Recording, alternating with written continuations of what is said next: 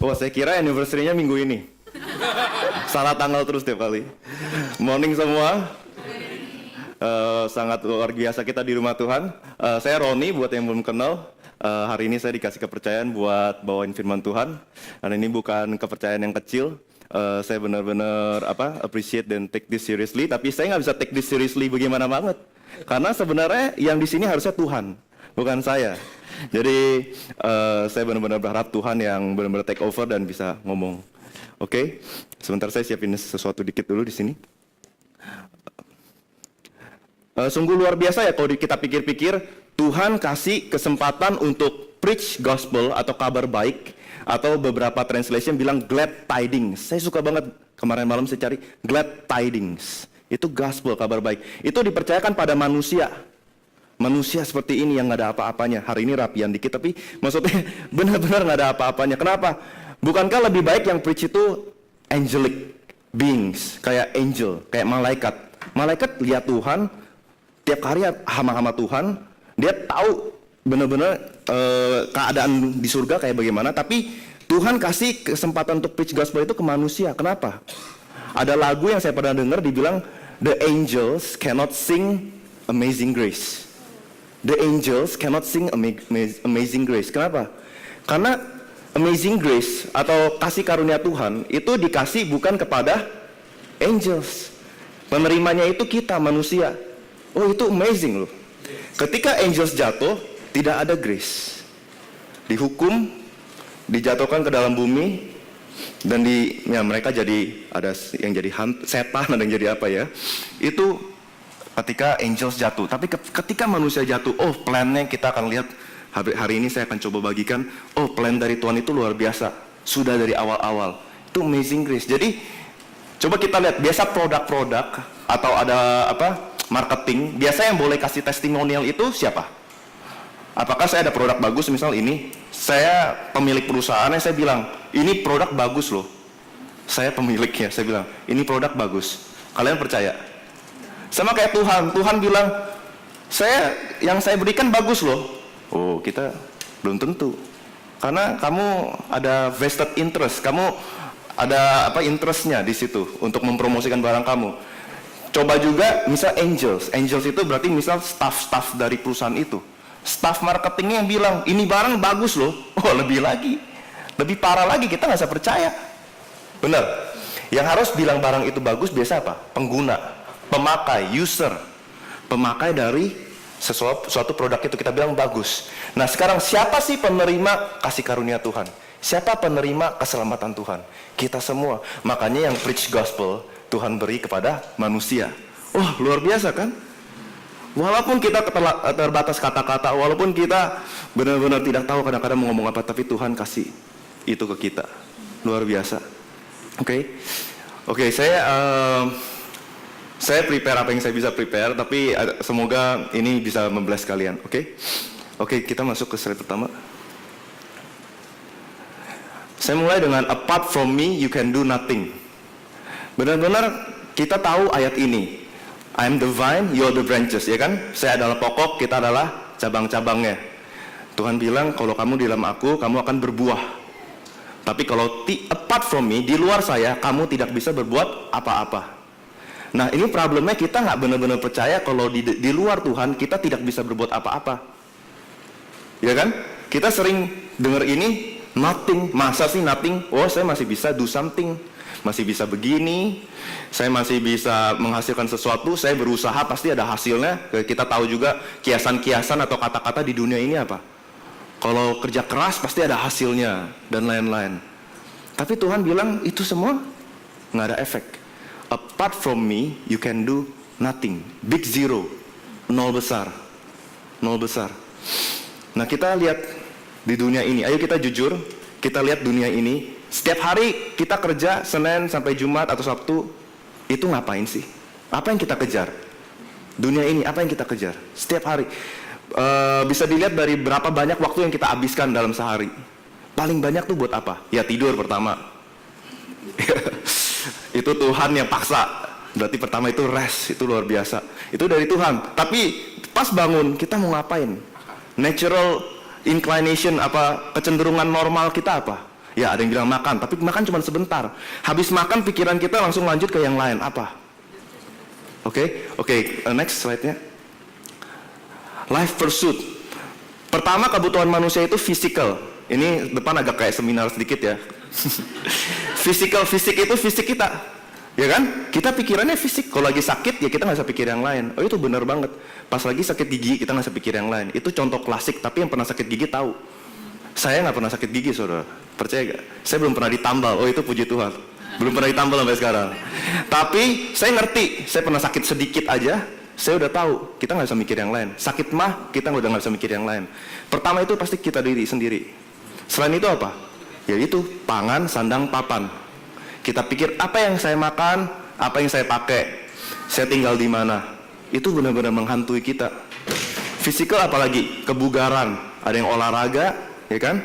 Ayo, kita masuk ke di sini sebentar dan jujur sama diri sendiri. Apa sih yang benar-benar jadi fokus kita? Kebugaran, kesehatan, uang, materi, itu fisik semua. Kita banyak yang ngejar itu. Oke, barang-barang bagus, tas bagus, mobil bagus, jam bagus, rumah bagus, trip bagus. Trip bukan fisikal, nanti saya ada ke bagian itu. Tapi fisik, benar-benar kita banyak dikonsum oleh masalah fisik sehari-hari. Tapi nggak semua orang begitu. Yang ada yang sudah cukup, dia move ke berikutnya. Yang diperlukan adalah masalah intelligence. Nah, kita lihat anak-anak SD atau zaman kita kecil setidaknya yang paling dipentingin apa? IQ, kepintaran, disekolahin, ya kan? Kenapa anak-anak umur 3 disekolahin? Biar pinter dulu. Sekarang udah mulai berubah ya, tapi zaman saya kecil ingat kepintaran itu jadi fokus. Dan kita lihat juga negara-negara berkembang, kepintaran itu jadi fokus, ya kan? Mereka ada negara-negara yang banyak orang pintar tapi misal masih miskin atau mereka tidak secara moral nilai-nilai yang lain nggak dipeduliin, tapi negara itu banyak orang pintar. Itu intelligence, banyak yang pursue itu. Oke, berikutnya lagi masalah emosional. Hidup ini banyak orang nggak yang sudah lewat, dia udah pintar, dia masalah fisik kebutuhan fisikalnya udah cukup, apa yang dia mulai pikirin? Emosional. Yang paling normal adalah trips, jalan-jalan, mulai pikirin jalan-jalan ke sini, enjoy ini, hangout ini. Itu masalah emosional. Nonton, ya kan? Cari excitement, cari adrenalin. Ada yang benar-benar cari adrenalin terus, sports atau hal yang lain. Even ada yang jadi gila ke narkoba, seks. Itu masalah emosional yang perlu atau fisikal juga bisa. Jadi itu adalah tahapan-tahapan manusia. Banyak hal yang kita teroccupied atau jadi pikiran kita setiap hari adalah masalah tadi, physical, intelligence, emotional. Berikut lagi adalah spiritual. Nah, ini ada juga yang sudah peaceful, masalah emosional, dia udah tenang dan lain-lain, dicari Tuhan. Dia mau tahu apa sih sebenarnya arti hidup ini. Ini spiritual. Nah, jadi ini adalah hal-hal yang kita cari setiap hari. Nah, jujur kita paling banyak occupied itu apa? Paling banyak kita terganggu atau terfokus setiap hari itu bagian mana? Yang 4 tadi. Ya, jadi itu yang saya mau coba bagikan sedikit. Next slide-nya. Biasa bentuknya itu kayak piramid seperti itu. Physical, intelligence, emotional, spiritual. Paling bawah itu paling besar. Kebanyakan manusia di dunia ini masih fokusnya di situ. Makin lama makin mengkerucut. Jadi paling atas spiritual, yang cari Tuhan itu paling sedikit. Yang ingat ada hal-hal ekstra supernatural di luar dari hal-hal alamiah itu sedikit. Kebanyakan kita masih hidup dari mata.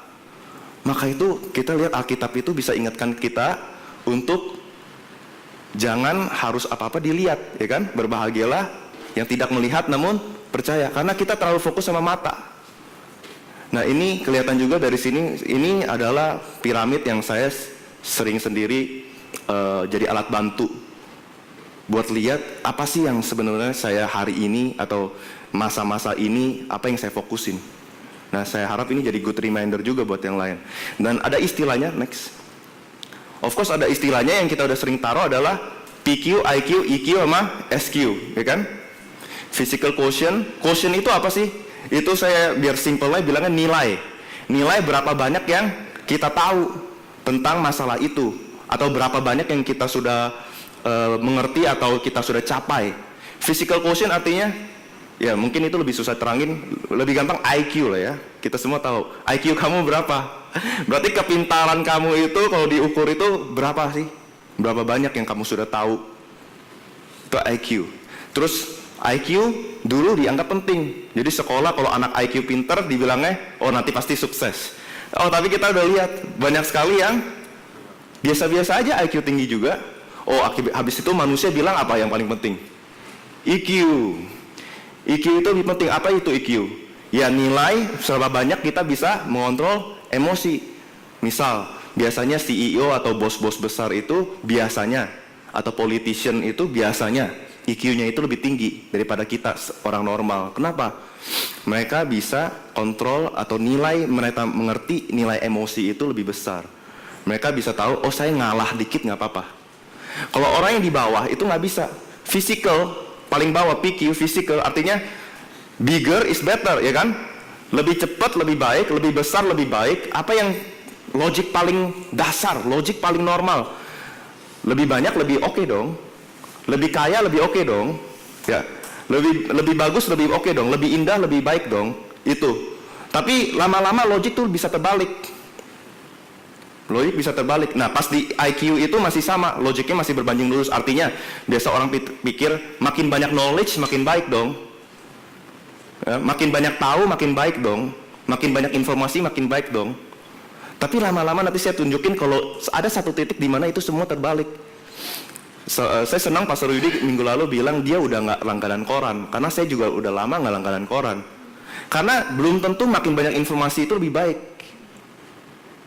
Terus saya juga makin jarang banget nonton TV, karena benar-benar itu semua informasi yang overloaded, nggak perlu, terlalu tidak perlu. Oke, nah emotional quotient itu di mana satu titik di mana orang mulai bisa berbalik cara pikirnya, yaitu saya dirugikan sebentar nggak apa-apa. Orang yang IQ-nya tinggi bisa begitu. Kenapa IQ itu biasa jadi takaran orang bisa sukses? Oh saya sabar sedikit, saya nunggu dikit nggak apa-apa. Itu IQ. Saya rugi nggak apa-apa, nanti saya bisa menang nanti. Makanya banyak istilah, kita lose the battle, ya, tapi kita win the war, ya kan? Jadi itu IQ. Oke, tapi ada yang berikutnya itu adalah SQ, spiritual quotient, yaitu berapa banyak kita tahu mengenai Tuhan. Ya, jadi saya harap ini hari ini bisa lebih jelas. Nextnya. Nah, biasanya juga mengkerucut. Fokus kita terhadap hal-hal yang ini, pengetahuan kita tentang hal-hal yang PQ, SQ, IQ dan lain-lain itu mengkerucut juga. Makin sedikit di atas itu makin sedikit orang yang mengenal Tuhan. Tapi PQ di bawah itu banyak sekali yang fokus. Makanya definisi kita enek sama seseorang itu kalau kelebihan. Artinya begini, PQ, dia udah cukup pangan sandang papan. Kenapa kadang-kadang kita enek sama orang yang sok pamer? Karena PQ-nya itu udah balik lagi. Udah lewat satu titik di mana itu udah nggak perlu. PQ, misalnya dia fokus banget sama barang-barang. Jadi semuanya dipamer, tas, mobil, apa, semua dipamer-pamer. Terlalu banyak, mobil 5, 10, dan lain-lain. Itu bikin enek. Tapi orang itu dia nggak mengerti ada hal-hal yang lain. Kalau dia nggak pursue IQ, EQ, dan SQ, dia jadi orang yang menyebalkan. Atau kita bilang orang yang shallow, atau orang yang dangkal. Ya kan? Karena apa? Kejar PQ kebanyakan. Apakah kita kayak begitu? Kejar PQ kebanyakan? Punya PQ banyak nggak apa-apa. Asal seimbang yang lainnya. Apakah IQ-nya, EQ-nya juga oke. Tapi dunia berhenti sampai situ. Dunia berhenti sampai EQ. Tapi kita puji Tuhan, kita di rumah Tuhan, Tuhan kenalkan elemen yang lain namanya SQ, spiritual quotient. Kalau kita mengenal Tuhan dan cara kerja kerajaan surga. Oh itu luar biasa sekali. Oke, next. Sorry, ini masih kayak seminar banget, tapi ini menurut saya logik yang buat saya sih membantu banget, ya. Yang ini yang saya bilang tadi titik terbalik, ya, titik terbalik. kalau kita kebanyakan ngejar IQ atau anak kita sekolahin sampai mau pinter, dilesin, apakah itu makin baik? Ya, kita udah tahu sekarang banyak anak stres, anak yang bunuh diri, depresi dan lain-lain. Oh, kita harus mengerti suatu, ada namanya satu titik semuanya terbalik. Ini maksudnya cuman itu. Contohnya berikutnya. Ini contoh doang nih. Sekarang tentang uang. Sorry ini kurva-kurva terus, tapi ini saya ketemu contoh yang bagus ini. Saya baca buku Malcolm Gladwell, kalau yang tahu, pengarang banyak sekali New York Times bestseller, Tipping Point, Blink, What the Dog Saw, Outliers, dan terakhir David and Goliath. Di situ dia taruh kurva seperti ini. Tahu gak artinya apa? Artinya cuma simple. Kita pikir makin banyak uang, kita makin happy hidupnya, ya kan? Di sini di kurvanya itu bilang poor ini miskin kan, rich ini kaya, ini 75.000 US dollar per tahun pendapatan per tahun di Amerika. Ya, ini parenting difficult atau di atas harusnya easy. Jadi untuk parenting, untuk membesarkan anak, di sini kurva bilang kalau makin banyak uang membesarkan anak itu semakin gampang, ya kan? Benar dong, kalau punya banyak uang, membesarkan anak semakin gampang, bener gak? Beli susu gampang, dia mau sekolah apa bisa, dia diantar supir bisa, ya kan? Iya, tapi ada satu titik, si Malcolm Gladwell argue, kalau udah lewat 75.000, punya uang keluarganya terlalu kaya, parenting jadi makin susah. Siapa di sini jadi dari keluarga kaya? Orang kaya saya tahu, kalau dulu di sekolah, kita semua yang normal-normal tuh kayaknya peraturannya sama gitu. Mainannya sama, segala macam sama, ngomongannya sama. Tapi yang lebih kaya itu agak beda sedikit. Orang tua ajarnya beda, semuanya agak beda, ngerti gak? Lebih sekretif atau lebih banyak rahasianya, lebih nggak terbuka. Kalau iya pun caranya sangat-sangat beda, kayak dia bombastik dan dia tidak bisa diatur dan lain-lain. Itu maksudnya, ngerti? Jadi ternyata memang ada satu titik apa yang kita kejar di dalam dunia itu Tuhan desain untuk terbalik, tidak sesuai dengan logik kita. Ya, apa yang kita pikir makin lama makin baik, ternyata nggak selalu sama. Di Tuhan ciptakan satu hukum di mana ada satu titik itu makin tidak ada gunanya lagi. Law of diminishing marginal return. Artinya itu kalau bahasanya dipisah-pisah sebenarnya artinya sangat-sangat obvious, yaitu kegunaan itu makin sedikit, ya kan? Kegunaannya itu makin sedikit setelah lewat satu titik. Coba kita serapi ini buat kita yang masih banyak masalah mengejar physical atau keuangan. Nggak selalu orang lebih kaya itu bahagia, kita udah tahu. Tapi ini menurut saya lebih obvious. Setelah lewat satu titik, duit itu, saya ketemu orang-orang kaya, mereka selalu bilang, sampai satu titik, punya uang lebih itu nggak ada artinya.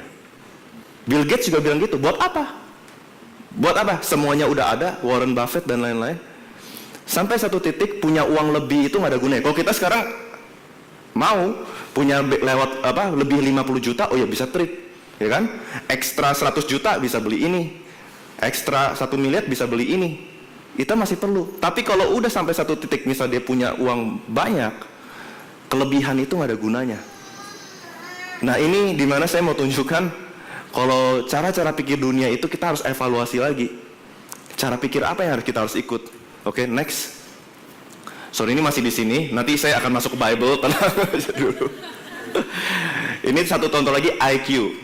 IQ, benar gak makin pintar, sesuatu yang kelihatannya kita sediakan makin lengkap, itu mendukung kepintaran atau perkembangan pendidikan seseorang. Di sini memperlihatkan, ini agak kurang jelas ya, kita pikir kelas itu harus kecil.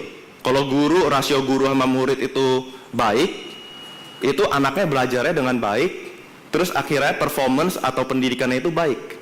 Jadi kita sebenarnya yang cari sekolah itu harus tanya, jumlah guru berbanding jumlah murid itu berapa? Mungkin banyak kan di sini cuman yang penting nama aja deh, masuk SPH, masuk SMAK, masuk saya Karunia, jadi sebut Karunia dulu ya.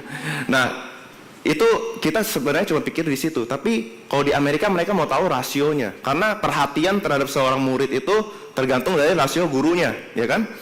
Nah, di sini memperlihatkan kalau ternyata kelasnya terlalu kecil, sampai gurunya one on one, anak itu nggak bisa benar-benar belajar. harus lumayan ada teman-temannya juga. Nggak boleh terlalu besar satu kelas, tapi nggak boleh one on one juga. Ngerti? Yang paling optimum itu misal satu kelas puluhan, misal 15 orang. Kayak begitu. Nah itu, ini semua cuman contoh mau nunjukin kalau peraturan dunia yang kita kira nggak selalu berbanding lurus. Ada satu saatnya terbalik. Dan juga saya mau kasih lihat, apa yang kita pursue itu bukan cuma apa yang terlihat di mata. PQ, IQ, EQ. Tapi harus ada namanya SQ. Oke, next. Oke, ini nggak usah, saya skip aja. Ini juga sama, cuman saya nggak mau ke situ. Sekarang saya mau cerita tentang, saya suka cerita ini akuarium buat yang udah tahu saya. Akuarium. Nah, di sini adalah upaya saya untuk mengerti Tuhan. Saya ada kesempatan untuk cerita ini ke mama saya sebelum dia meninggal. Jadi mama saya udah Kristen udah lama, dia udah ikut pelayanan dan lain-lain, tapi dia meninggal gagal cancer. Tapi sebelum meninggal saya cerita dulu, karena waktu itu saya impacted, terpengaruh besar oleh grace, ya kan? Konsep grace. Nah, saya mau ajarin mami saya grace itu seperti apa. Jadi saya pakai contoh akuarium ini. Jadi kita bareng-bareng ya. Bareng-bareng. Bayangin imajinasi bareng-bareng sama saya. Bayangin tembok-tembok yang abu-abu ini adalah akuarium ya. Oke, tembok-tembok ini adalah kaca, di baliknya itu air dan semua ikan-ikan dan semua biota-biota laut, habitat-habitatnya. Bisa bayangin? Yang pernah scuba diving lebih gampang ya. Jadi banyak sekali, semuanya lengkap. Karang laut, ada semua binatang laut semua ada di balik sini semua. Kita semua bisa lihat. Oke? Nah, dan juga ada kita yang di ruangan ini melihat mereka. Nah, sekarang saya mau analogiin ikan-ikan yang di akuarium itu, kita bayangkan sebenarnya itu adalah manusia, dunia manusia. Oke? Kita yang di ruangan ini, bayangin ini adalah dunia lain. Katakan dunia kerajaan surga. Ya. Jadi saya contohnya begini, ngerti ya? Jadi ada akuarium, kita anggapnya akuarium, tapi itu saya analogikan sebagai dunia kita sekarang, manusia. Dan di sini kita, manusia ini adalah dunianya Tuhan. Oke? Nah, kita lihat akuarium ikan-ikan. Kita pilih satu ikan. Ada yang suka Nemo, ada yang suka apa. Kita pilih satu ikan. Kita ikan itu. Kan itu dunia manusia ya. Bayangin saya jadi ikan itu, terus saya jalan-jalan. Ya itu dunia saya. Semuanya ada. Ada sekolah, ada tempat kerja, ya kan? Ada gunung, ada laut, ada segala macamnya. Bayangin ikan-ikannya, lengkap. Nah itu dunia saya, itu dunia yang saya mengerti, itu terbatasnya dunia saya.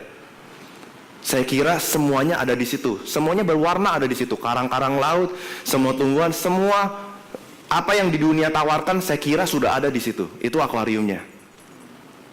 Nah, masalahnya dengan manusia yang saya sering berasa, kita ngerti Tuhan itu super besar, Almighty God, Supreme Being, Being yang terlalu tinggi, yang kita tidak bisa kalahkan, Supreme Being, kita ngerti. Tapi dalam hati kita, sejujurnya kita anggap dia nggak terlalu gede-gede gimana. Buktinya, ya tadi PQ, IQ dan lain-lain, kita pikir kita masih perlu itu semua. Tuhan itu ya beda tipis lah sama saya. Beda tipis, saya ngerti lah Tuhan begitu-begitu. Itu kita nggak benar-benar jujur bilang kalau Tuhan itu sebesar apa. Nah ini adalah cara saya untuk mencoba mengerti, benar gak sih Tuhan itu jauh lebih besar. Oke? Nah jadi ikan itu dan saya kan, nah ikan itu dia anggap ada segala-segalanya. Dia anggap ada segala-segalanya di situ. Nah sekarang kita sering ke gereja kan. Di gereja itu ada pendeta. Pendeta itu sering, atau orang-orang lah siapa, yang bilang, saya bisa melihat Tuhan dalam mimpi-mimpi saya. Saya bisa melihat Tuhan. Lalu orang itu merasa, apa yang dia akan bagikan itu penting sekali, karena dia barusan mendapat penglihatan. Nah sekarang saya tanya, ini kan kaca nih, dengan ikan-ikannya. Ikan kan saya ke ikan. Saya kebetulan lihat kacanya nih. Nah, ini kebetulan ada akrilik nih, jadi bisa jadi contoh yang bagus. Saya di seberang. Saya kebetulan kok sempat bisa lihat tembus. Kelihatan kita semua di sini. Saya dapat penglihatan. Penting nggak penglihatan itu? Penting nggak penglihatannya? Bisa iya, bisa enggak. Tapi apakah yang dia lihat itu menjelaskan tentang pengetahuan dia akan Tuhan? Apakah ikan itu bisa lihat sislani di depan sini, dia mengerti dan mengenal sislani? Enggak sama sekali kan? Ya kan? Satu lagi, ikannya itu mendengar Tuhan. Saya pakai mic, dia dengar nih. Dia dengar sayup-sayup ada suara. Penting nggak mendengar Tuhan? Bisa iya, bisa enggak. Tapi sekarang di sini saya mau kasih lihat betapa perbedaannya terlalu besar. Ikan itu mendengar saya aja, dia belum tentu tahu saya ngomong apa. Bahasanya bahasa Indonesia. Saya ubah sekarang, misalnya saya pakai Inggris, dia nggak tahu saya ubah language, dia nggak tahu. Yang dia tahu cuman saya mendengar sesuatu. Ya kan? Saya bisa ganti lagi satu bahasa lagi, dia nggak tahu juga. Itu betapa kita tidak bisa mengerti Tuhan sebenarnya.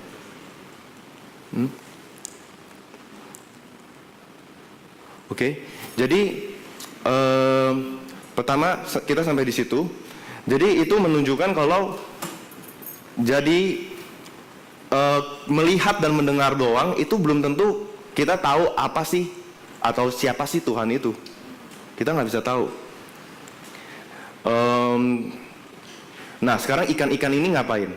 Jadi kita balik ke Genesis, penciptaan. Pas zaman penciptaan, Adam itu diciptakan oleh Tuhan. Terus dia di dalam garden, ya kan, taman. Taman itu ditulisnya banyak sekali pohon-pohon yang sangat menarik bentuknya. Jadi saya selama ini bayangin Taman Eden itu ya pohonnya biasa-biasa. Tapi di situ bilang pohonnya itu semua bisa dimakan dan bentuknya sangat menarik. Jadi itu dunia yang sangat indah. Terus semua binatang-binatangnya masih bisa kita berbarengan, nggak usah takut dimakan. Dan dia namain semua. Jadi itu Adam. Jadi Adam itu main-main di taman itu. Nah sekarang tujuan kita di dunia ini apa? Sama seperti Adam menurut saya.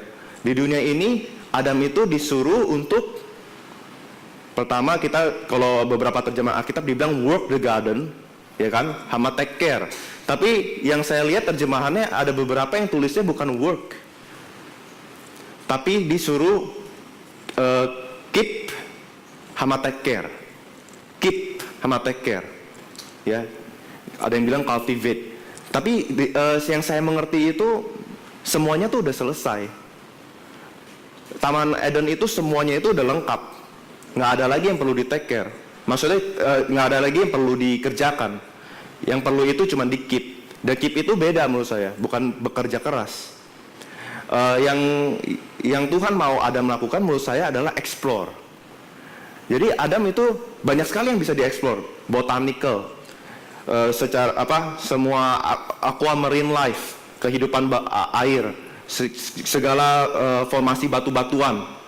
Terus dia bisa belajar biologi, dia bisa lihat astronomi, rasi-rasi bintang, banyak sekali. Jadi di situ itu Tuhan ciptakan semuanya lengkap untuk Adam cari tahu apa sih yang menjadi interestnya dia, apa yang menjadi minatnya dia, apa yang menarik dia. Nah ini yang kita hilang dalam kehidupan normal kita. Kita kehilangan itu, makanya kebanyakan kita bingung kita kerja buat apa. Banyak di sini yang bingung tiap hari kerja buat apa. Karena ya itu, kita mungkin pikirnya Tuhan suruh kita kerja. Tapi menurut saya Adam itu disuruh main-main cari apa yang dia paling suka. Dia lihat-lihat, dia tahu dia sukanya apa, dia explore sedalam-dalamnya. Dia cari tahu sedalam-dalamnya tentang itu. Dia boleh explore. Nah, dengan kita kehidupan sekarang, kita pikir kita nggak ada waktu buat explore. Benar gak sih kita nggak ada waktu buat explore? Oh, saya udah umur segini, saya ada keluarga dan lain-lain, kita udah nggak bisa explore. Apakah kita lupa? Apa sih karunia pertama yang Tuhan kasih ketika kita percaya Tuhan? Apa gift pertama yang Tuhan kasih ketika kita percaya Tuhan? Pas saya terima Tuhan nih, apa yang Tuhan langsung beri? Yang dia beri adalah salvation, pasti masuk surga, betul? Kita orang Kristen percaya Yesus, kita pasti masuk surga. Artinya apa? Artinya segagal-gagalnya kita di dalam dunia ini, paling jelek-jeleknya nanti besok masuk surga, betul kan? Jelek-jeleknya masuk surga gitu, semuanya kita tuh. Pasti ketemu. Jadi kan harusnya boleh explore dong. Jelek-jeleknya masuk surga. Itu paling pertama. Ketakutan manusia yang paling besar, kita udah lupa loh, saudara. Kita udah lupa. Kalau kita takut banget masuk neraka, kita udah lupa. Tapi saya masih ingat pas saya kecil itu, II saya sembayang, saya ikut naik ke atap sembayang taruh. Kenapa? Saya takut masuk neraka. Saya nggak tahu cara masuk surga. Orang sembayang ya saya harus ikut. Kenapa? Saya takut masuk neraka. Ketakutan itu waktu itu real. Tapi buat saya emang udah lama banget ketakutan itu. Saya rasa buat saudara juga banyak sama. Ketakutan untuk masuk neraka itu udah lama, kita udah lupa. Karena kita yakin kita pasti masuk surga. Tapi buat apa pasti masuk surga? Buat apa Tuhan kasih? Apakah di dunia ini kita jadi masih nggak berani ambil chances, nggak berani ambil risiko? Saya makin mengerti ini pas saya punya anak. Ya, anak saya baru umur 11 bulan kan ya, Kini. Coba pikir, si Kini ini, saya sebagai orang tua kan saya sudah provide ya. Saya coba penuhi apa semua kebutuhan dia, betul? Sebagai orang tua kan. Nah, saya tanya, kapan sih si Kini ini mulai bekerja? Mulai kira-kira dia harus ceritanya menghasilkan sesuatu, kapan? Kira-kira ya habis kuliah, gitu, umur 22 biasanya kan. Nah jadi kalau saya lihat itu, dalam manusia punya kehidupan aja, seorang itu tidak dikasih demand, tidak dikasih diminta pertanggungjawaban sampai umur sekitar 22. Jadi Kini ini anak saya, dia boleh main-main selama 22 tahun. Betul. Itu karena saya sebagai ayah yang ikut aturan dunia. Ya kira-kira habis keluar kuliah baru dia bekerja. Tapi itu aja sesuatu yang kalau dipikir-pikir itu menarik. Berarti selama 22 tahun dia boleh main-main, dia boleh coba-coba, dia boleh lihat-lihat, dia boleh gagal. Semuanya itu nggak begitu masalah, betul. Kita dulu pikir nggak naik kelas itu masalah besar. Banyak teman yang nggak naik kelas akhirnya lebih sukses daripada yang naik kelas terus, betul? Betul. Itu namanya kita boleh explore. Terus kalau salah emang kenapa? Nggak efek. Nggak efek. Saya nggak pernah minta ranking 1. Dan untung saya nggak pernah minta karena emang ternyata nggak perlu. Hah? Jadi menurut saya Kini ini sekolahnya ancur-ancur dan lain-lain, menurut saya sih nggak begitu masalah. Karena kita udah lihat akhirannya yang diperlukan itu, bukan IQ, ya kan? Tapi Tuhan, nah dari contoh anak ini saya bisa lihat sama dengan Tuhan. Sama dengan Tuhan. Apakah Tuhan itu taruh kita di dunia ini itu buat apa? Apakah kita pikir kita harus perform, kita harus memberikan? Atau seperti bapak sama anak? Seperti bapak dan anak sebenarnya udah disediakan. Cuman kita yang gak bisa lihat. 22 tahun saya sebagai bapak yang tidak sempurna, 22 tahun saya akan kasih Kini main-main. 22 tahun, lama loh. Mau di sini kita bisa main-main 22 tahun. Coba-coba segalanya, gak takut apa-apa. Tapi kenapa kita mulai stop?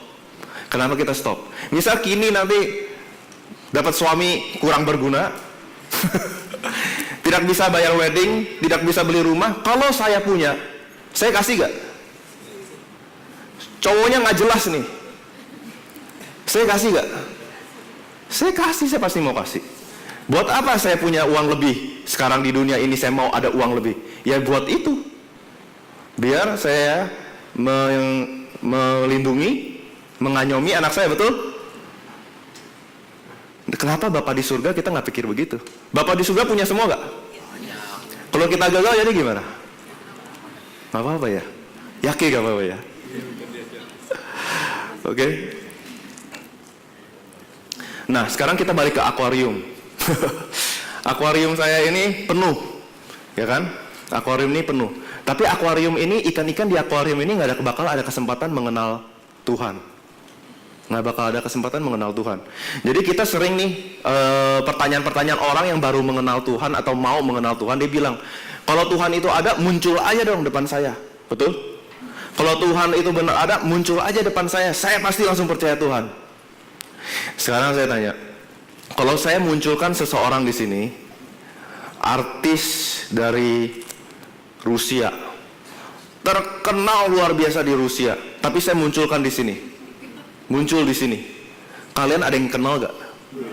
Ada yang tahu lagu dia gak? Misalnya kalau dia penyanyi, ada yang tahu dia sehebat apa? Nggak ada yang kita bakal tahu kan? Jadi melihat itu nggak ada guna. Kalau Tuhan sekarang muncul di sini, kita cuma tahu ya ada Tuhan, tapi Tuhan kayak gimana? Tuhan itu yang kayak gimana? Saya sering ngomong, kalau namanya Tuhan itu namanya supreme being doang. Supreme being tuh tapi nggak selalu harus loving. Supreme being itu artinya orang yang paling tinggi, yang menguasai kita semua, atau kadang menciptakan kita. Yang menciptakan kita harus loving nggak? Nggak harus loh. Dia nggak harus loving. Tuhan Maha Pengasih itu untung dia Maha Pengasih. Dia nggak harus Maha Pengasih. Tetap dia Tuhan. Atau kasarnya, kalau yang ciptain kita tuh si iblis, ya si iblis Tuhan kita. Kalau yang ciptain kita itu mendimen manusia untuk dikorbankan setiap hari buat dia, pilih satu. Setiap hari kita undi nih di ruangan ini, pilih satu untuk dibunuh buat dia. Itu dia tetap Tuhan. Mau nggak mau. Sadar gak sih kita kalau untung Tuhan kita Maha Pengasih. Untung juga dia graceful. Untung juga dia semua yang kita tahu. Dan Tuhan itu nggak harus yang pegang posisi Tuhan nggak harus almighty, nggak harus punya segala-galanya. Pokoknya asal dia menguasai kita, dia itu Tuhan, betul? Tapi kebetulan banget gak sih Tuhan kita itu bisa segala-galanya? Itu untung. Dan saya paling suka sebenarnya atribut Tuhan itu faithful, setia. Terlebih lagi dia nggak usah setia. Kalian kalau yang bisa ciptain barang, apa aja kalian ciptain nih, bikin prakarya, bikin lukisan, bikin puisi. Ada ya nggak kalian yang setia sama ciptaan kalian? Puisinya dibaca terus setiap hari. Kalian bikin lagu, lagunya itu, wah ini lagu terbaik saya ulang terus setiap hari. Ada yang bisa begitu? Tuhan itu setia. Oh itu atribut yang luar biasa. Benar? Kita next. Jadi ikan-ikan di akuarium itu saya akhirnya bingung nih gimana mengatur mereka. Saya kasih aturan ke ikan di akuarium. Saya kasih aturan.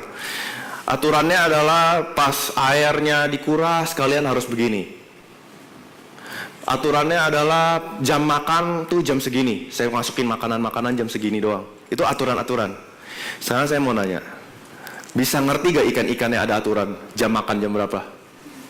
Lama-lama ada yang mengerti ya kan? Tapi kita kan sama-sama tahu ikan-ikan itu terlalu kecil, terlalu sederhana untuk mengerti banyak hal. Ya. Dia nggak tahu oksigennya itu harus tetap disediakan di akuarium. Tahu gak kita taruh ikan di akuarium itu kita harus atur perputaran udaranya. Ya, yang punya akuarium tahu. Yang nggak tahu cuman kira pokoknya ikan ditaruh di air hidup aja gue kasih makan tiap hari. Enggak. Airnya harus kita atur, udara kita atur. Nah mungkin kita taruh peraturan-peraturan buat ikan itu. Tapi ikan tahu gak sih? Nggak bakal bisa tahu. Nah sebenarnya sama dengan manusia.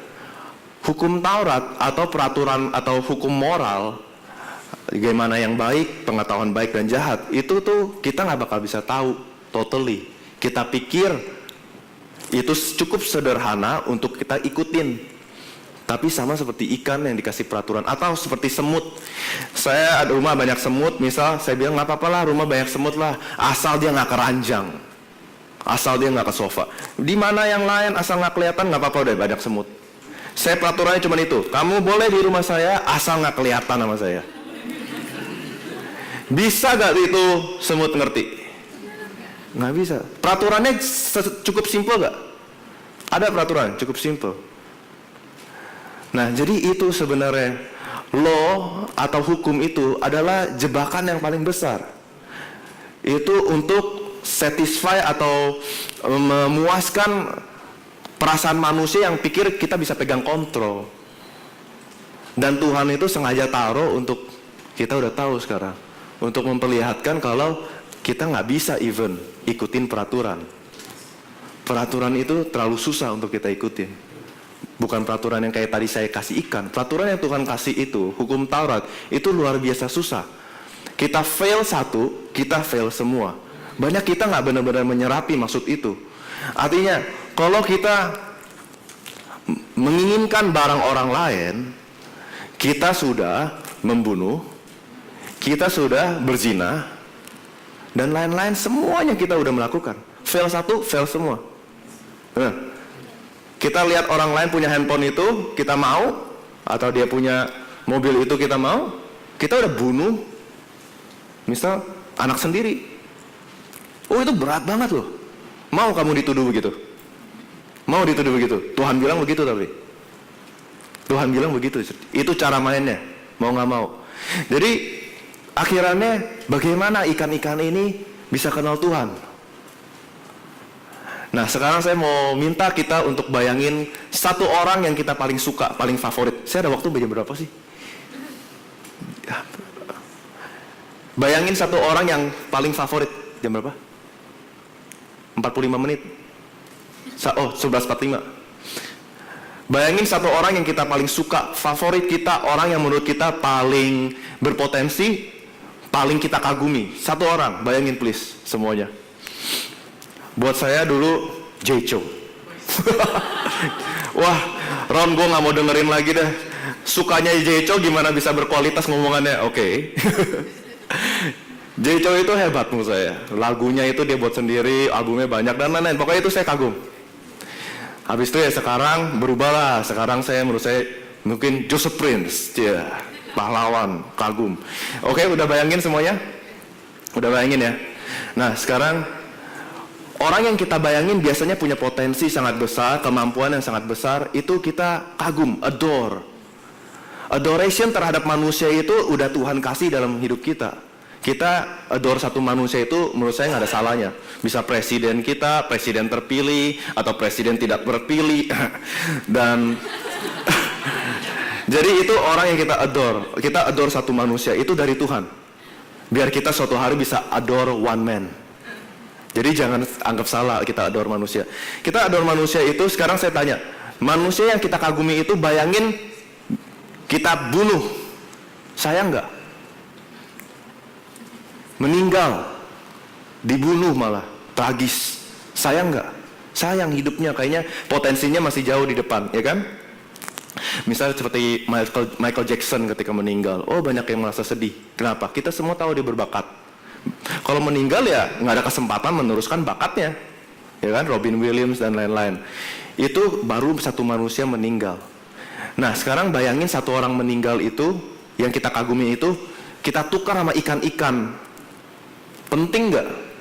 Apakah itu pertukaran yang bagus? Orang yang paling kita kagumi tukar sama ikan-ikan? Nggak bagus kan? Nah itu contoh yang masih jelek banget loh. Untuk melukiskan Yesus, tadi lagu bilang the darlings of heaven crucified. The darlings of heaven ini adalah individu yang paling cerdas, paling bright, paling berseri-seri, paling luar biasa. The darlings of heaven itu lebih dari yang kita kagumi, ditukar sama ikan-ikan. Bukan kita nggak ada bedanya sama ikan. Kita aja nganggap diri kita besar. Jadi Tuhan ganti manusia mungkin masih oke. Banyak kok manusianya. Banyak manusianya masih oke lah. Satu Tuhan tukar satu manusia. Oh kita salah hitung. Salah hitung. Satu orang yang kita kagumi, karena saya pakai contoh itu karena nggak semua kita punya anak. Kalau anak saya aja nggak usah, belum bisa apa-apa sekarang, cuma bisa jalan a i u e o. Itu tukar ikan aja saya nggak mau. Tukar kalian aja saya nggak mau. Gimana tukar ikan? Bener, anak saya tukar kalian aja nggak mau. Tuhan tukar semuanya itu. Oke, jadi Tuhan Yesus atau orang yang kita kagumi berubah jadi ikan, masuk ke dalam, dan dia bicara bahasa ikan, dan dia bikin cerita, history, bagaimana apa aja yang dia lakukan buat biar dia dikenal. Tadi saya udah bilang ya, saya kalau bawa bintang Rusia ada di sini, kalian nggak tahu dia itu siapa. Tapi kalau saya kasih buku biografi dan kehebatannya seorang bintang Rusia itu, kalian baca, lebih kenal gak sekarang? Lebih kenal kan? Tahu award apa aja, tahu dia hidup mungkin lahir dari keluarga miskin dan lain-lain. Jadi kita jadi tahu kan? Terus dia kenapa nggak ada uang tapi bisa sekolah, akhirnya bisa jadi hebat sekali sekarang. Kita jadi tahu kan? Jadi yang kita perlu sebenarnya adalah cerita, buku yang menuliskan chronicles, menuliskan bagaimana hal itu bisa terjadi. Maka itu Tuhan lihatnya lebih penting untuk kasih Alkitab daripada kasih penampakan atau pendengaran atau penglihatan. Karena benar, saya nggak pernah sekagum itu sama Lee Kuan Yew, Presiden Singapura, sampai saya baca benar-benar 2 buku dia yang setebal ini. 2 buku dia setebal ini saya baca, bukannya saya hebat, tapi maksudnya kita perlu baca baru kenal. Ada yang bilang tidak kenal tidak sayang, gimana caranya? Ya kita bisa spend time, tapi untuk sama Tuhan, Tuhan mau kita baca His Word. Itu caranya. Jadi Tuhan Yesus jadi manusia, biar kita bisa kenal, biar kita bisa tahu.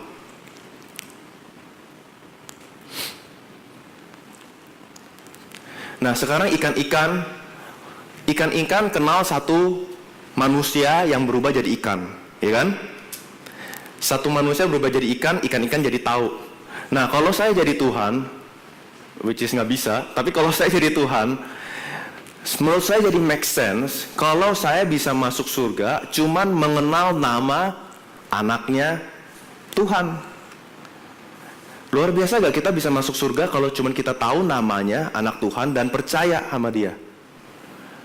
Peraturannya terlalu simple. Banyak orang dunia bilang enak aja, kegampangan. Terlalu gampang untuk masuk surga, cuman tahu nama anak Tuhan dan percaya kalau dia yang menyelamatkan kita. Tapi sekarang saya tanya sama ikan-ikan. Ikan-ikan kalau tahu namanya, misal yang disembelihin siapa ini? Jack kita sembelihin, terus kita ubah jadi ikan, terus dia masuk bersama-sama dengan ikan selama 33 tahun. Ya kan? Sekarang saya kasih tahu ke ikan-ikan, sekarang kamu boleh deh masuk surga ikan. Caranya, kamu tahu gak namanya si manusia yang berubah jadi ikan itu siapa? Jack. Tahu? Bagus, kamu masuk surga ikan. Sekarang untuk makhluk sesederhana ikan, itu syarat yang oke, fair atau enggak? Syarat untuk tahu nama Jack yang udah spend time dengan mereka 33 tahun dan sudah ditulis tentang hidup-hidupnya, untuk tahu namanya dan boleh masuk surga ikan itu, buat ikan itu fair atau enggak? Menurut saya fair. Karena kita nggak bisa harapin banyak dari ikan. Benar? Nah sama, masalahnya kita nganggap kita terlalu hebat. Jadi dikasih syarat kayak begitu, kita anggap terlalu mudah. Enggak. Di mata Tuhan kita sesimpel ikan. Itu. Asal kamu tahu namanya anak saya, dan kamu percaya dia udah mengampuni dosa kamu masuk surga manusia. Surganya, bukan manusia malah, Tuhan kasihnya masuk surganya dia. Tadi ikan saya kasih surga ikan, bukan surga manusia. Tuhan masukin kita bersama-sama memerintah bersama dia di dalam anaknya, di samping tangan kanan Allah Bapa. Luar biasa. Luar biasa. Jadi kenapa menurut saya Tuhan kasih syarat sesimpel itu? Karena dia lihat kita benar-benar kecil. We are but speck of dust, ya kan? Balik menjadi abu. Masalahnya kita nggak percaya. Kita kira gua hebat. Masa syarat cuman kayak gitu? Oh itu kan attitude-nya orang Israel. Benar-benar kita harus lihat we are nothing. Tapi Tuhan yang everything. Kenapa Tuhan bisa everything? Caranya gampang, bayangin aja. Again saya ulang terus, ikan sama manusia. Sekarang ikan itu katakan dia bisa akhirnya melihat dengan jelas. Oh mata saya terbuka, saya melihat TV LCD. Buat ikan memahami teknologi TV LCD itu besar gak? Gapnya besar kan? Saya mengerti sound system yang di belakang. Wow, luar biasa. Hore Tuhan, terima kasih. Luar biasa gak gapnya? Luar biasa kan? Nah itu kita. Kita kadang-kadang kira setelah kita tahu dan lain-lain, kita menjadi Tuhan angkat kita jadi mengerti beberapa hal. Tapi itu masih gak ada apa-apanya. Kenapa? Ikan yang di ruangan ini yang bisa lihat kita, dia tetap gak melihat banyak hal. Apa yang dia gak lihat? Apa yang dia ngeliat? Dia ngeliat kalian pulang, kalian bisa nonton TV, bisa main internet. Dia nggak ngerti internet. Masih jauh gak gapnya dari apa yang dia lihat di ruang ini? Dia ngeliat pesawat, betul? Bear with me ya, tahan sama saya, karena ini contoh-contoh kelihatan simple, tapi ada terus yang besar di sini. Kalau apa yang dia mengerti dari ruangan ini aja nggak cukup untuk melihat dunianya manusia normal. Manusia normal naik pesawat, ikan yang di ruangan ini nggak pernah bakal bisa lihat pesawat, ya kan? Dia bisa lihat apa nih, lampu, itu komputer semua dia ikat, tapi dia belum lihat pesawat. Dia belum lihat arts. Dia lihat arts pun dia nggak ngerti arts, kenapa itu bagus. Manusia aja nggak ngerti kadang-kadang artsnya itu bagusnya apa. Ya. Musik, dia dengar musik dia nggak tahu. Bedanya satu musik pop sama klasik dia nggak bakal tahu. Ngerti gak? Itu adalah betapa besar bedanya manusia sama Tuhan. Padahal ini cuma contoh yang paling jelek. Karena bedanya manusia dengan Tuhan tidak sesimpel bedanya ikan sama manusia. Jauh lebih gede daripada itu. Itu Tuhan kita. Cara Tuhan kasih tahu cuman dia bantu kita mengenal dia, cuman bilang, saya adalah tabib yang agung. Saya adalah gembala. Saya adalah akar, kamu adalah cabangnya.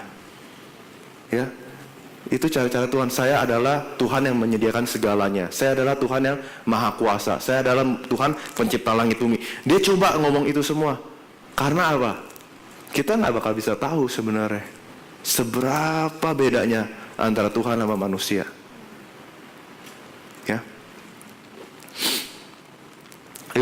Tolong dibuka Job 38. Saya suka Job 38 ini kurang jelas mungkin, tapi coba dibaca ya. Ini adalah betapa Tuhan coba gambarin, even ini Tuhan coba gambarin pakai contoh-contoh yang dia lihat di dunia ini. Itu kayak tadi cara saya menggambarkan ikan, ini cara-cara Tuhan. Dia tanya, apakah kamu pernah lihat gerbang kematian? Ini waktu Tuhan menunjukkan, akhirnya dia coba menunjukkan kalau dia lebih hebat daripada manusia. Kamu pernah lihat gak pintu yang paling gelap dari paling gelap? Pernah lihat gak? Pernahkah kamu mengerti benar-benar betapa lebarnya bumi? Kasih tahu saya kalau kamu pernah tahu. Pernah tahu gak cahaya itu tinggalnya di mana? Kita tahu cahaya sekarang kita lihat. Dia bilang tinggalnya itu di mana? Rumahnya di mana? Alamatnya. Kegelapan alamatnya di mana? Kamu tahu gak? Saya simpen di mana? Ya kan? Biar saya tahu gimana cara ke rumahnya.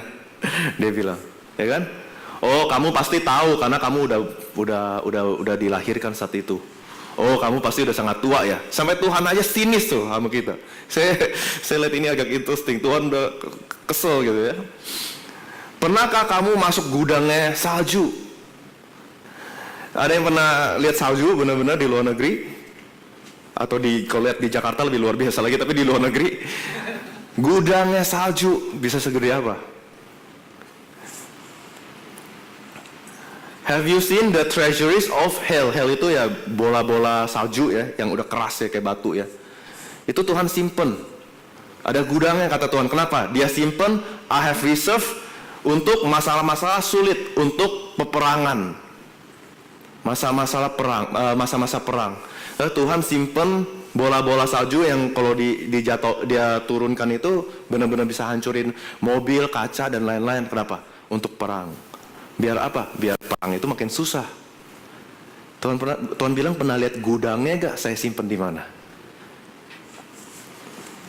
Ini aja baru contoh Tuhan kasih tahu pakai benda-benda yang di dunia ini ya. Kita belum tahu kerajaan surga itu kayak bagaimana. Next, tolong Frans. Dia ini menarik sekali. Apakah hujan ada bapaknya? Kalau Tuhan bisa nanya, berarti dia mengerti jauh lebih banyak daripada apa yang kita tahu tentang hujan. Sampai bilang ada bapaknya gak hujan itu? Hah? Terus siapa yang lahirin dew itu apa? Embun. Siapa yang pakai analogi seperti ini kalau bukan Tuhan? Hujan ya hujan, embun ya embun. Dia bilang siapa bapaknya siapa? Yang lahirin siapa? Ya? Es itu lahir dari rahimnya siapa? Ya. Nah ini yang 31. Pleiades itu rasi-rasi bintang. Tuhan tanya, memang kamu bisa merajut rasi-rasi bintang? Bisa gak kamu konekin satu bintang dengan yang lain? Hah? Manik-manik aja kita rajut susah. Bintang siapa yang rajut? Ya. Atau kamu bisa lepasin gak rajutannya dari Orion? Kamu tahu gak peraturan-peraturan surgawi? Bisa gak kamu lalu enforce aturan itu ke dalam dunia? RUU Pilkada aja kita susah ubah. Mau peraturan surga? Huh? Bisa gak kita angkat suara kita pada langit dan hujan itu turun? Kita gak bisa apa-apa. Tuhan itu maha besar. Dan dia itu maha aneh sebenarnya. Dia kasih anaknya buat kita. Jadi manusia yang terbatas. Tuhan yang tidak terbatas yang kita lihat seperti ini, tiba-tiba terbatas. Kata-kata yang dia pilih saya yakin juga terbatas. Karena dia harus pakai contoh barang-barang di dunia. Paling jauh yang dia pergi itu Pleiades sama Orion, di bintang-bintang sana jauh. Itu Tuhan terlalu besar. Oke. Nah, ketika manusia itu berubah jadi ikan atau Tuhan itu berubah jadi manusia, itu ada di mana kasih karunia itu turun. Oh, ini kasih karunia yang benar-benar membebaskan kita. Kasih karunia, kita ulangin, itu adalah unearned, undeserved, unmerited favor. Kita harus ingat lagi, itu unearned, tidak bisa didapatkan. Unearned, undeserved, tidak bisa kita layak mendapatkan. Keputusan Tuhan untuk mengubah diri anaknya jadi manusia, itu benar-benar tidak bisa dipaksa dan tidak bisa diatur oleh siapapun. Tuhan itu tiba-tiba berubah sendiri, mau mengenalkan dirinya pada kita. Dan semua cerita-cerita Tuhan dalam relationnya Tuhan dengan manusia itu contohnya selalu melukiskan ketidakberdayaan dari pasangannya. Misal shepherd and the sheep, gembala sama dombanya. Domba itu makhluk paling bodoh. Itu menggambarkan ketidakberdayaan. Domba itu kalau terbalik katanya nggak bisa balik lagi. Itu bodoh. Dia bukan cute saudara, dia bodoh. Kita bodoh. Tuhan gembala kita. Tadi contoh ikan sama manusia, ini contoh domba sama manusia. Itu juga udah beda. Habis itu contohnya lagi apa? Vine and branches, pokok anggur dan cabangnya. Ketika cabang itu diputuskan, itu nggak dapat apa-apa loh. Benar-benar kering dan pasti mati. Nah itu kita kalau nggak ada Tuhan. Tapi betapa banyak kita coba pikir bisa hidup. Mungkin besok deh, saya coba besok dengan kekuatan sendiri. Jangan pakai kekuatan Tuhan deh. Kayaknya nggak works kekuatan Tuhan. Oh nggak bisa loh, bisa mati. Bisa mati, hati-hati. Dibilang kita itu Gentiles. Tadi saya sebenarnya khotbahnya sebenarnya tentang Gentiles. Gentiles yang digraf jadi barang, jadi umat yang menerima salvation. Tapi itu nggak jadi. Jadi sebenarnya kita itu Gentiles ya. Sebenarnya kita jangan sombong loh. Ini di sini saya lihat ada orang apa ya? Nggak ada bule ya. Ada orang apa di sini? Orang Indonesia dan orang Indonesia keturunan, ya kan? Kita itu Gentiles. Yang Tuhan datang itu kepada Israel. Di sini ada yang orang Israel? Ada, ya udah deh, kakeknya atau siapanya keturunan Israel? Berarti kita Gentiles. Kita nggak dapat sebenarnya keselamatan itu pada mula-mulanya. Tapi kita grafted. Dibilang tuh kayak batang Sebenarnya batang itu ada namanya itu grafted itu apa? Cangkok. Cangkok itu dipasang aja, sebenarnya beda. Ini dicangkok, dipasang, terus diapain lah, diikat atau apa, nanti jadi satu. Tapi itu bukan natural, bukan alami, bukan DNA-nya yang sama. Nah, itu kita. Oh, kita dikasih karena Paulus dipilih. Paulus itu dikasih preach ke Gentiles. Akhirnya kita orang Indonesia, orang Chinese bisa percaya Tuhan. Oh, harus tahu loh. Itu tuh sesuatu yang sangat-sangat asing sebenarnya. Bukan sesuatu yang normal untuk kita bisa percaya Tuhan. Jauh. Cara berasanya tuh tadi saya mau pakai contoh lagu Jay Chou. Wah, Jay Chou itu singer Taiwan, oke? Singer Taiwan. Kita tuh kadang-kadang nggak merasa aneh, lagu Jay Chou itu diputar di Mangga 2. Kalau dia keluar lagu baru, tau gak seberapa hebatnya idola saya itu. Kalau dia keluar satu lagu, pasti diputar di Mangga 2. Itu udah pasti semua toko putar lagu Jay Chou, betul? Itu kita dengar nggak aneh. Tapi harus tahu itu seaneh mendengar ini. Kalau Jay Chou ada lagu Chinese baru keluar, satu. Di Kazakhstan, di Dubai, itu diputar di pasar-pasar. Aneh nggak kalau itu? Apa bedanya sama di sini? Kita kan negara muslim terbesar. Kita bukan orang Chinese. Kita orang Chinese, ini bukan negara yang majoritinya Chinese maksud saya. Tapi lagu Jay Chou diputar di Mangga 2, kita anggap biasa. Itu kita udah lupa, kalau kita terima gospel, itu aneh. Sebenarnya nggak layak. Bukan nggak layak, nggak seharusnya juga tadinya. Sampai untung Tuhan pilih Paulus.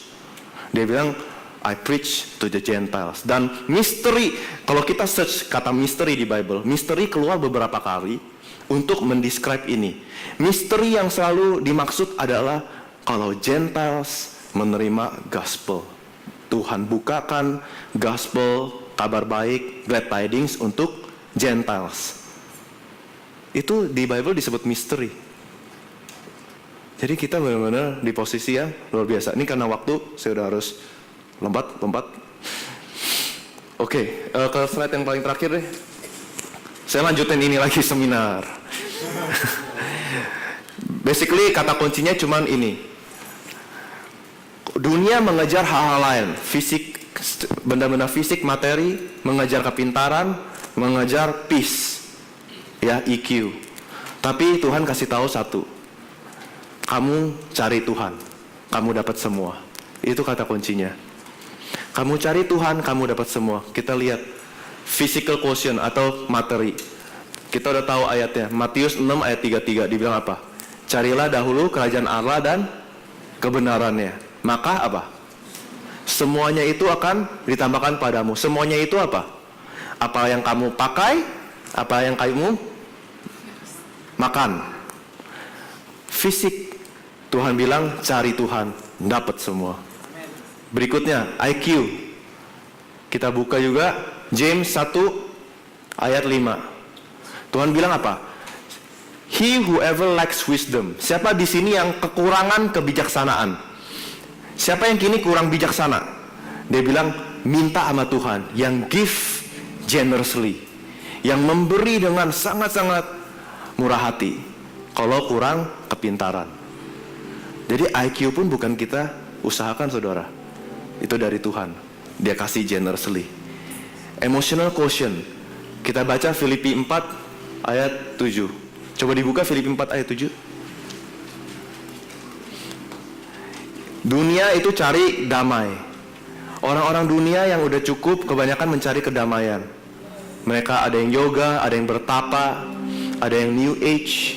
Mereka cari peace, kedamaian hati. Tujuan hidup itu apa? Tapi Tuhan bilang apa? Peace of God which transcends all understanding will guard your heart and mind. Jadi rasa damai kita, suasana hati kita, itu juga dari Tuhan. Semua dari Tuhan. Balik ke materi seminar saya, SQ. Yang paling terakhir, slide terakhir. Slide terakhir.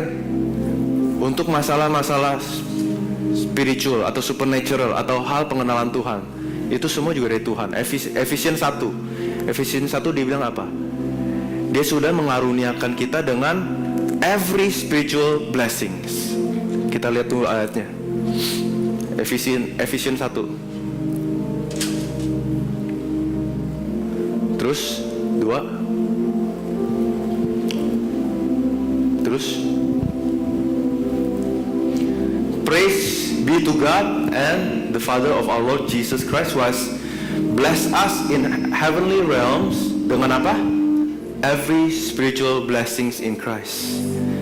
Jadi besok-besok kita masuk ke dunia nyata kita. Padahal itu dunia bukan nyata. Ini dunia nyata. Apa yang dikomandangkan, yang beritakan tentang Tuhan, dunia supernatural itu lebih nyata. Apa yang tidak terlihat lebih nyata. Besok apa yang kita kejar? PQ, fisik, kepintaran, rasa damai, atau mengenal Tuhan. Apapun itu, sebenarnya kita semua dapat dari Tuhan. Satu-satunya jalan itu dari Tuhan. Semua Tuhan sudah sediakan. Amin. Oke, waktu saya habis. Thank you untuk kesabarannya dan waktunya. Yeah, are you blessed? Thank you, Jesus. You are the perfect sacrifice, Lord. You are the perfect Lamb. Thank you, Jesus. Biarlah firman-Mu terus berbicara dan tenggelam di dalam kami, ya Tuhan. Thank you, Jesus. Worthy is the Lamb. Thank you, Jesus. Seated on the throne, crown you now with many crowns. You reign victorious, high and lifted up. Dan kita boleh sama-sama berdiri. Thank you, Jesus. He's the Son of God, the darling of heaven, crucified.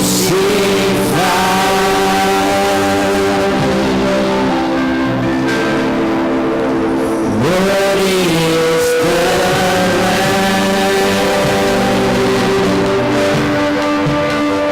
Worthy is the Yes, Abba Father, thank you for your goodness, for your mercy, and for your abundant grace, ya Tuhan. Kami yang tidak layak dan tidak seharusnya menerima, Engkau membuat kami menjadi penerima, ya Tuhan. Because of you, Jesus, kami menjadi pewaris, ya Tuhan. Dari segala berkat, dari segala kebaikan-Mu, ya Tuhan, kami telah ditakdirkan untuk menerima good things and God things, and that's the best things we can receive, Lord. Thank you, Jesus. Thank you, Jesus, karena Engkau, ya Tuhan, pada hari ini berbicara pada kami, ya Tuhan. Engkau yang mengingatkan kami betapa Engkau mengasihi kami, ya Tuhan, dan betapa Engkau telah berkorban, mati, dan bangkit kembali untuk kami, ya Tuhan. We believe, Lord. Our week start today, Tuhan. Kami percaya, ya Tuhan, we start our day by resting, Jesus. Rest in your perfect finished work. Saudara-saudara, mari angkat tanganmu. Thank you, Jesus. Kami percaya, Tuhan, kami telah diberkati, ya Tuhan. Kami percaya, Tuhan, kami adalah anak-anak kesayangan-Mu, ya Tuhan. Engkau mengasihi kami tanpa syarat apapun lagi, ya Tuhan. Kami percaya, Tuhan, you are the only solution for all our problems. Engkau tidak punya jawaban, Engkaulah satu-satunya jawaban, ya Tuhan. Thank you, Jesus. Thank you, Jesus. Kami percaya, Tuhan, kami diberkati waktu kami masuk, kami diberkati waktu kami keluar, kami diberkati dimanapun kami berada, karena Engkau ada di dalam kami, ya Tuhan. We speak life and good days, life and good days, life and good days. Thank you, Jesus. Thank you, Jesus. Kami percaya, Tuhan, berkat-Mu, ya Tuhan, telah Engkau provide untuk kami dari Senin sampai Minggu, ya Tuhan. We believe it, Lord. We receive it, Lord. Thank you, Jesus. Thank you, Jesus. Yang sudah terima berkat, sama-sama katakan amin. Worthy the Lamb of the Sunday.